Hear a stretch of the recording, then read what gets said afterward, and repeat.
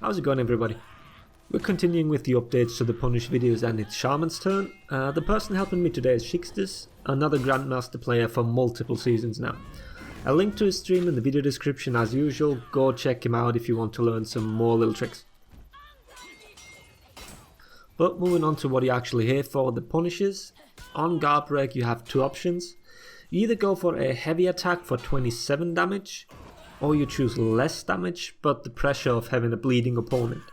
Soft fainting into a top bleed stab is confirmed. That's 1 direct damage and 16 bleed. You also have two options on your heavy parry depending on your stamina. You can confirm the first 2 hits of your zone for 25 damage, or if you're low on stamina you go for 2 lights for a combined 15 damage. Your light parry punish is similar to your Guardbreak. It's either a heavy for 27 or you can once again opt for applying bleed. You can also go for a bite or your headbutt, both are confirmed on the light parry.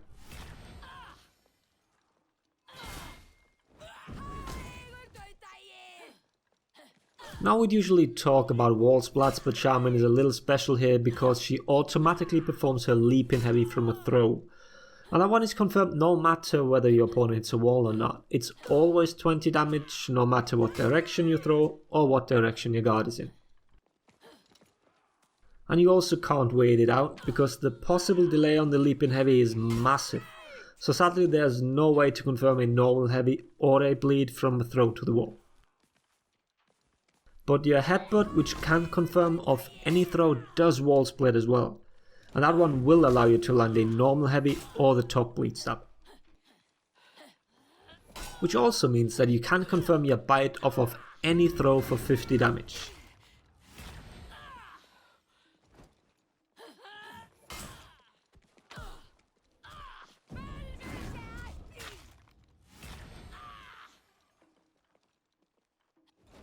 If the opponent's not bleeding and no walls nearby, then you can either use double lights or your zone attack. Wall splats while out of stamina are something you can't completely skip on her. Watch the delay between wall splat and my heavy. There is a massive pause which will make it impossible to land any heavy no matter the distance or your positioning. It comes out so slow that your opponent can parry it no problem. You do get a light, but you get that from a normal Guardbreak as well, so there's no point in wasting extra stamina.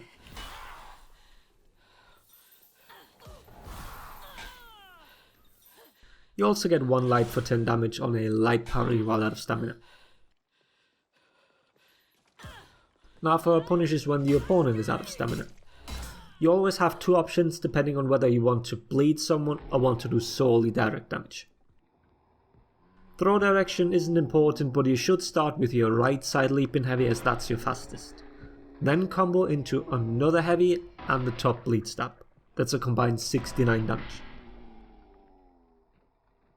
The other option is to go for the unblockable as a second attack for a total of 60 damage. The bleed stab is not confirmed, but you can use this punish against wardens who run the thick blood feed, for example.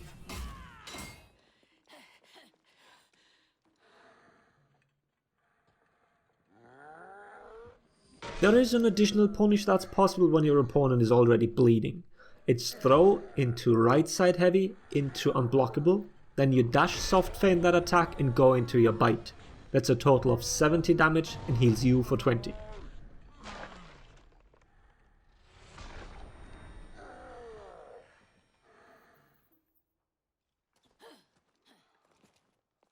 On parry you can either go for a single light into another heavy and then the bleed stab, which is a total of 60 damage. Or you can go for a side dash heavy into unblockable for the same amount. One has bleed pressure again while the other doesn't. We never managed to land side dash heavy into another heavy into stab. The last attack was always blockable. And on revenge activation you realistically have 2 options as well. First, the one you should be able to easily confirm.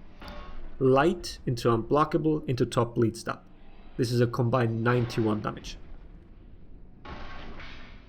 Then the second one, and far more finicky one, because the dash heavy needs to be input almost immediately, but if you do it too soon, you will cancel your revenge parry. The punish is side dash heavy into unblockable into top bleed stab. Total damage is 104. Test this one for yourself, it will probably take you a few tries to get it.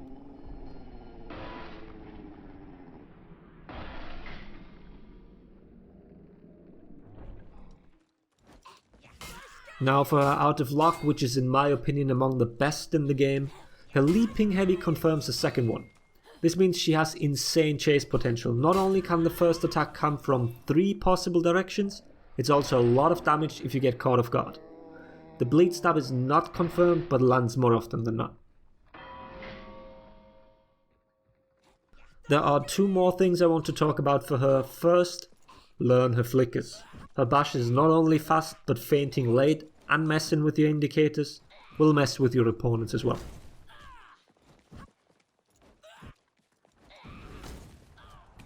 The second thing is about her bite. I don't think I need to repeat myself here, but for fuck's sake don't interrupt her. It's 50 damage and a heal. You have time to land your attack afterwards. A mechanic they introduced a while ago is that Shaman kills the opponent's bleed before she actually performs the bite. This means that interrupting her before she even properly grabbed someone will remove all bleed from that person.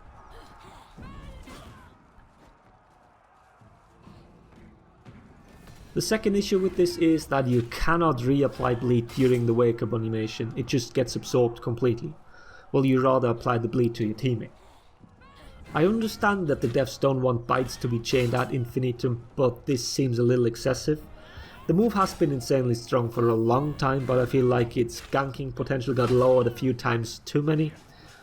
It's overshadowed by other moves now, but maybe those will be brought down as well in the future, so we'll see. And that's it.